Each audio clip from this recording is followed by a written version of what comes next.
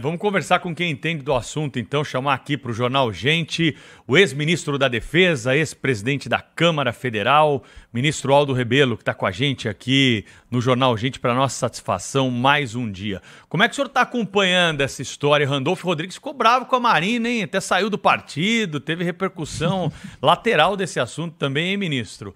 O senhor acredita que é uma questão técnica que não está sendo observada? A política está engolindo aí os pareceres técnicos mais uma vez? Bom dia para o senhor.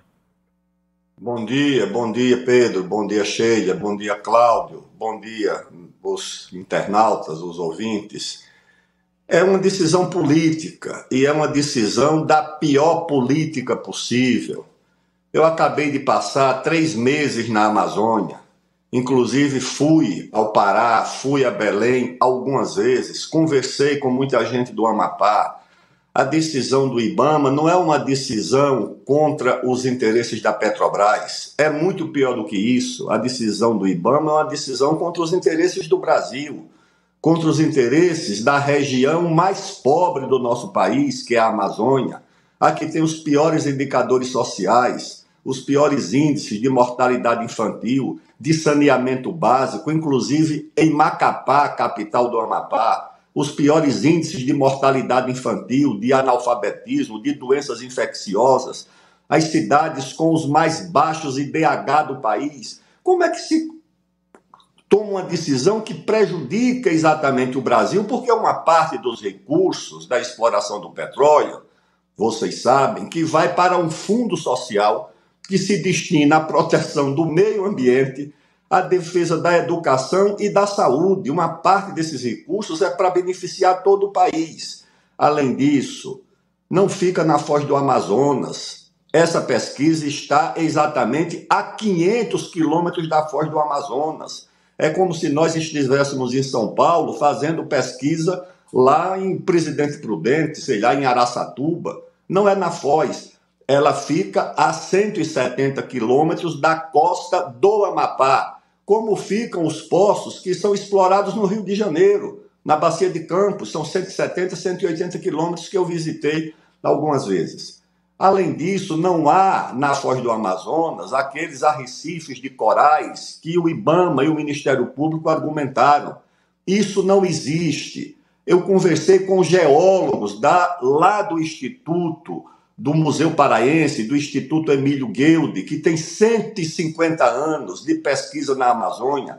A Universidade Federal do Pará pesquisou 30 anos essa Foz do Amazonas. Isso foram corais há 20 mil anos. Hoje são outras formações rochosas. O IBAMA assumiu ou assimilou um parecer do Ministério Público baseado numa falsificação de pesquisas que foi oferecida pelo Greenpeace, que falsificou as pesquisas da Universidade Federal do Pará. Isso está documentado. Então, como é que se impede o estado do Amapá, que talvez seja o mais pobre do Brasil, que tem muitas carências, que já tinha atraído, inclusive, serviços para a juventude que não tem emprego? A Universidade Federal do Pará abriu um curso de engenharia de petróleo e gás. O Estado brasileiro, o governo brasileiro, abre um curso de engenharia de petróleo e gás para a Universidade Federal do Pará, e o mesmo Estado brasileiro, via o IBAMA e o Ministério Público, proíbe que esses meninos e essas meninas possam ter trabalho ou emprego na região onde eles estão se formando. Então é uma coisa completamente absurda. E isso aí eu sei de onde vem esses interesses. São interesses internacionais que estão representados no Ministério do Meio Ambiente, é duro dizer isso, e no IBAMA. São esses interesses que prevalecem nas decisões, principalmente relacionadas com a Amazônia. Infelizmente, essa é a realidade. A situação da Amazônia, de ausência do Estado brasileiro, de debilidade da governança do Brasil sobre a região, é muito pior do que o que a gente pode imaginar. Eu percorri tudo de carro, saí de carro de São Paulo, pela Transamazônica, desci pela 163, que é o Mato Grosso, e vi durante esses 3 meses que é uma situação deplorável de tutela da Amazônia por 2 estados paralelos. O estado paralelo das ONGs e o estado paralelo do narcotráfico, que vai dominando a região. Essa é a triste realidade. ex-deputado Aldo Rebelo, ex-presidente da Câmara, ex-ministro, um homem muito experiente. E eu gostaria de saber, deputado, muito bom dia, bem-vindo aqui ao nosso programa. Eu gostaria de dizer qual a solução? O que é que o presidente Lula, por exemplo, que tem, afim e ao cabo, é ele que vai ter que decidir sobre isso, né? Você acha que é caso de demitir a ministra do Meio Ambiente? É caso de demitir toda a diretoria do IBAMA? Assim, no mínimo curioso a gente observar, só um parênteses, né? Essa fala aí, o senador Randolph, brabo que nem um siri numa lata, né? Sobre isso, mas se fosse em outras circunstâncias, outro governo, ele diria que o governo que estivesse reclamando disso estaria interferindo em decisões técnicas do IBAMA. Agora não, agora mudou o discurso. Agora eu queria saber o seguinte, qual a solução? Aí o IBAMA vai lá e diz, não, vai ter não. O IBAMA simplesmente decide e fica por isso mesmo. Que tipo de atitude você acha que deveria ser adotada, né? Porque deram muito poder a essa gente, né? Não é, deputado? Aqui para nós. Que tipo de solução é possível? Meu prezado Cláudio Humberto, a experiência e o tempo nos permite ver as coisas como elas realmente são e não pelas narrativas que nos vendem. Você veja o caso. Esse partido que governa e que dirige a política ambiental contrária ao desenvolvimento do Brasil e, portanto, contrária aos interesses do povo brasileiro. O partido que dirige essa política tinha um senador que perdeu agora, que era esse senador do Amapá, o senador Randolph. Tem 2 deputados federais apenas, um licenciado, que é a própria ministra titular do Meio Ambiente, e o outro que ficou lá, que é um deputado de Pernambuco. Então se pergunta, de onde vem a força para a implantação de uma política que contraria, inclusive, o desejo, ou a vontade, ou a esperança do próprio presidente da República do país retomar o crescimento? É claro que essa força só pode vir de apoio externo, de apoio da Embaixada Americana, dos reinos decadentes das monarquias europeias. Vem daí essa força. O presidente Lula deu uma declaração ambígua, como tudo que tem feito, com muita ambiguidade lá no Japão. Disse que vai ver, mas que é possível que essa exploração seja feita. O presidente Lula já tem uma experiência de uma demissão da ministra Marina Silva.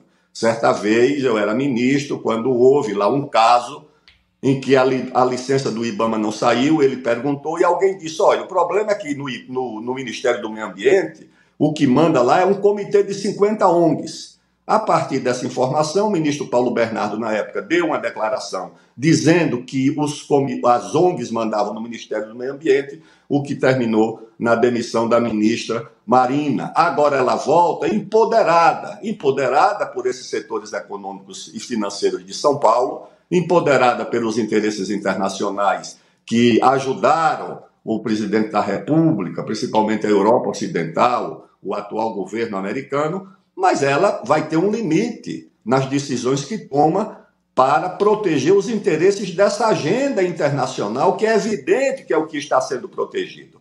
Nessa decisão, por que a Petrobras nunca teve um acidente digno de nota, explora petróleo em alto mar há muito tempo? A Holanda está explorando, a Holanda, a França, a Inglaterra, a Guiana teve um crescimento, Cláudio, de 50% no ano passado, é 5 vezes o crescimento chinês.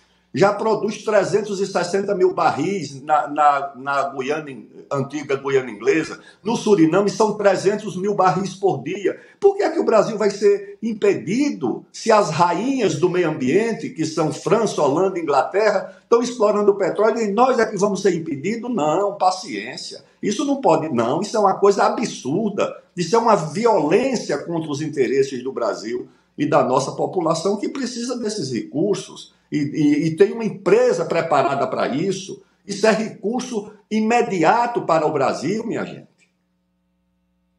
Ministro, Sônia Blota aqui, um prazer conversar com o senhor no Jornal Gente, abordando aí todos os assuntos, ministro, que entende muito sobre meio ambiente. Ministro, o senhor estava falando, é muito importante, né, essa questão do IBAMA, mas assim, outras questões que também estão pesando no cenário internacional, que faz parte aí dos discursos da viagem do presidente Lula, e uma delas que é vista com grande expectativa é a questão da Ferrogrão. E que está, né, prestes a ter o seu destino definido pelo Supremo. Se não me engano, é no dia 31 agora. Eu gostaria de saber o que o senhor pensa a respeito da Ferrogrão em si, e porque todas as decisões da Justiça são absolutamente muito lentas. Se o senhor acha que demorou ou que realmente precisa ter um pouco mais de amadurecimento. Sônia, muito bom dia. Só para te dizer, nessa viagem pela Amazônia, eu percorri essa rodovia 163, onde 2.500 a 3.000 carretas de grãos por dia se apinham nas estradas horríveis, esburacadas, sem sinalização adequada, para levar os nossos produtos aqui do Centro-Oeste, eu estou em Brasília, mas do Mato Grosso principalmente, até o porto de Miritituba, lá no Rio Tapajós, do lado da cidade de Itaituba. Eu visitei o porto é uma maravilha. Agora, a situação é que ou nós fazemos essa ferrovia, são 930 quilômetros. A ferrovia foi paralisada a pedido de um grupo de ONGs do Ministério Público Federal e de um partido que não quer o desenvolvimento do Brasil. Isso foi parado em março de 2021. Nós já estamos em junho, quase maio de 2023, mais de 2 anos, e essa obra está parada. Enquanto isso, eu te digo que, com certeza, os chineses já construíram pelo menos 20.000 quilômetros de ferrovias novas, de alta velocidade e ferrovias normais. Sônia, em 1892, lá se vão cento e quantos anos, o meu tataravô era prefeito da cidade de Viçosa, lá no interior das Alagoas, e inaugurou uma ferrovia. A ferrovia chegou lá no sertão, na periferia do Brasil, de Alagoas, em 1892. E hoje, 100 e tantos anos depois, nós não conseguimos construir 930 quilômetros em área da União, de domínio da União, que é na margem da BR-163. Isso é uma coisa escandalosa. O Supremo não tem o direito de fazer isso. O Supremo Tribunal Federal é o Tribunal Constitucional da nação brasileira. Não é um tribunal da humanidade, não é um tribunal internacional, não é um tribunal das ONGs, é um tribunal do cidadão brasileiro, cujo interesse deveria estar representado em cada decisão do Supremo, o que, infelizmente, não acontece. Anunciaram que agora vão retomar essa votação fim de maio, começo de junho. Eu não sei se digo ainda bem ou se diga o que é que acontecerá. Eu não sei que decisão o Supremo vai tomar. Quando se trata dessas matérias, o Supremo sempre toma decisões erradas e que contrariam os interesses do desenvolvimento do Brasil, o interesse nacional. Infelizmente, é isso que acontece. 2 anos depois, nós ainda não temos uma decisão do Supremo sobre uma ferrovia de grande interesse para o desenvolvimento do Brasil. Ministro Aldo Rebelo, ex-presidente da Câmara dos Deputados, foi relator do Código Florestal, está ao vivo conosco na Rádio Bandeirantes, no canal Band News TV, aqui no Jornal Gente. Ministro, bom dia, aqui é a Thaís Freitas. Primeiro, queria dizer que eu fiquei morrendo de inveja do senhor por essa viagem, né? Percorrer todo esse país de carro por 3 meses, acho que dá a qualquer pessoa que faça esse percurso uma visão muito diferente dos fatos, mais ampla, é a vida real na veia, não é? Ontem, o presidente Lula falou em Hiroshima sobre o assunto internacional mais presente, né, relativo ao Brasil, que é justamente a questão da Amazônia. Vou pedir para o senhor e para todos que estão conosco agora para acompanhar esse trecho. Nós não queremos transformar a Amazônia num santuário da humanidade. O que nós queremos é entender que na Amazônia moram 28 milhões de pessoas e essas pessoas têm o direito de viver, de trabalhar, de comer, de ter acesso aos bens materiais que todos nós queremos ter. E por isso nós precisamos explorar, não desmatando, explorar a riqueza da biodiversidade da Amazônia para saber se a gente pode, inclusive, extrair possibilidade de desenvolver uma indústria de fármaco, uma indústria de cosmético, para gerar empregos limpos, para que a Amazônia sobreviver e para que a humanidade possa sobreviver. Ou seja, ministro, nas palavras do presidente da República, o foco é nas pessoas que hoje habitam essa região. O que eu queria perguntar para o senhor é o seguinte: nesses quase 5 meses de nova gestão de governo do PT, isso está sendo colocado em prática? Não. É como diz o poeta, há uma grande distância entre intenção e gesto. A intenção do presidente é correta, é elevar o padrão de vida da população mais carente do nosso país, da mais abandonada. Thaís, eu visito a Amazônia há muito tempo. Eu já falei, inclusive, aqui, acho que nas minhas entrevistas, das escolas sem água e sem luz, dependuradas nas margens, lá nas ribanceiras dos rios da Amazônia, onde um professor dorme ali sozinho, sem água, sem luz, para atender as crianças ribeirinhas. Agora, dessa vez, eu passei numa escola nas margens do rio Xingu, parei ali dentro da selva, dentro das matas. Era uma escola, e eu desci para ver a escola. Uma professora, uma menina, uma jovenzinha, dormindo, Thaís, ali sozinha. Ela dorme sozinha no meio da mata, porque não tem como ir e voltar da cidade para ficar ali na escola. Ela mora na escola, ela cozinha, ela dorme para atender as crianças. Sozinha aquela moça vive ali naquela escola. Essa é a situação da Amazônia. Então o presidente diz que a Amazônia não é o santuário, mas essa gente que dirige o Ministério do Meio Ambiente, a ministra do Meio Ambiente, pensa exatamente que a Amazônia deve ser o santuário. Tá certo? É isso que ela pensa.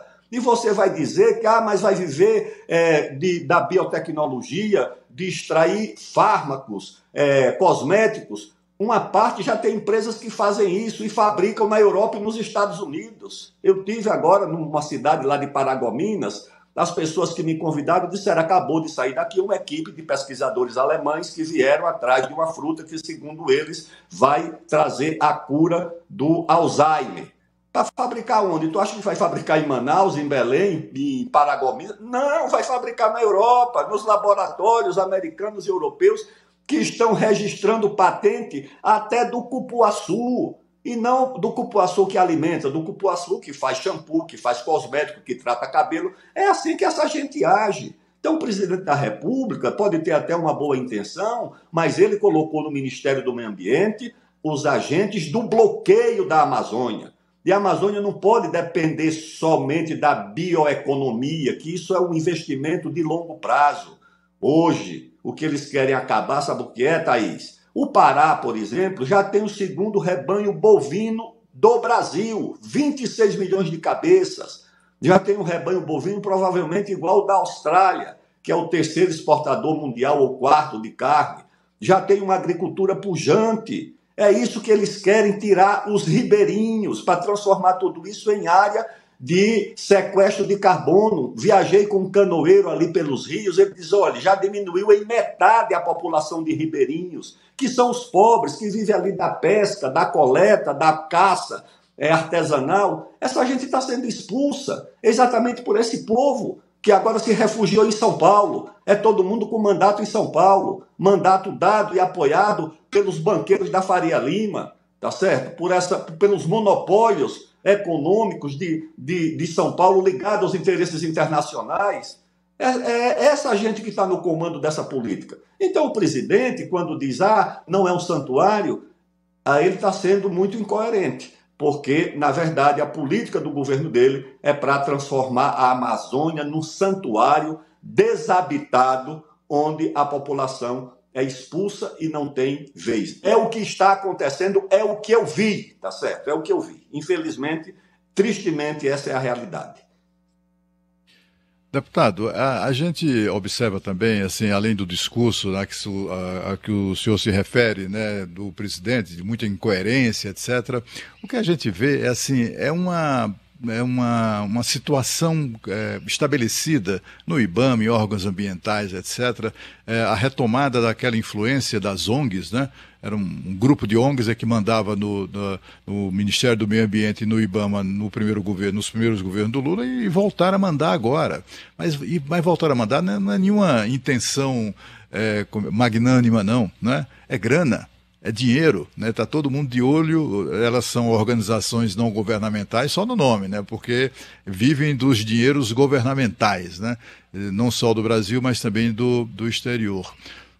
Vem aí uma ONG, uma CPI das ONGs, né, no Senado e tal. Eu queria saber do senhor o seguinte: essas ONGs não está na hora, não já passou da hora de o Brasil enquadrar essa gente, não, porque afinal de contas são eles os grandes condutores dessas políticas aí que são contrárias ou que impedem, destinadas a impedir o desenvolvimento do país.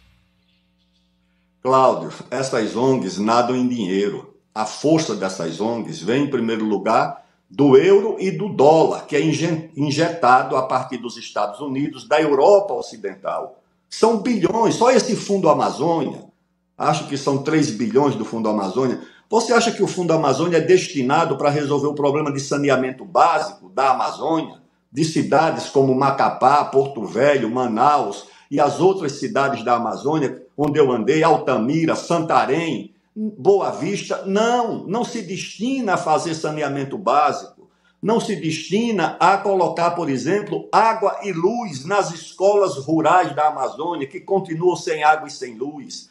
Não se destina a isso. Esse dinheiro é só para a agenda do clima. Eu não estou dizendo porque ouvi dizer, eu integrei o Conselho de Administração do BNDES, no governo da presidente Dilma, quando eu fui ministro da Ciência e Tecnologia, ministro da Defesa.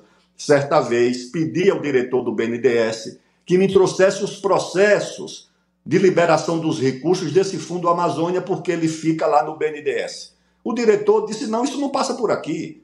O que esse fundo, o emprego desse Fundo Amazônia é decidido por um diplomata da Embaixada da Noruega e um grupo de ONGs, com uma ou outra instituição de Estado.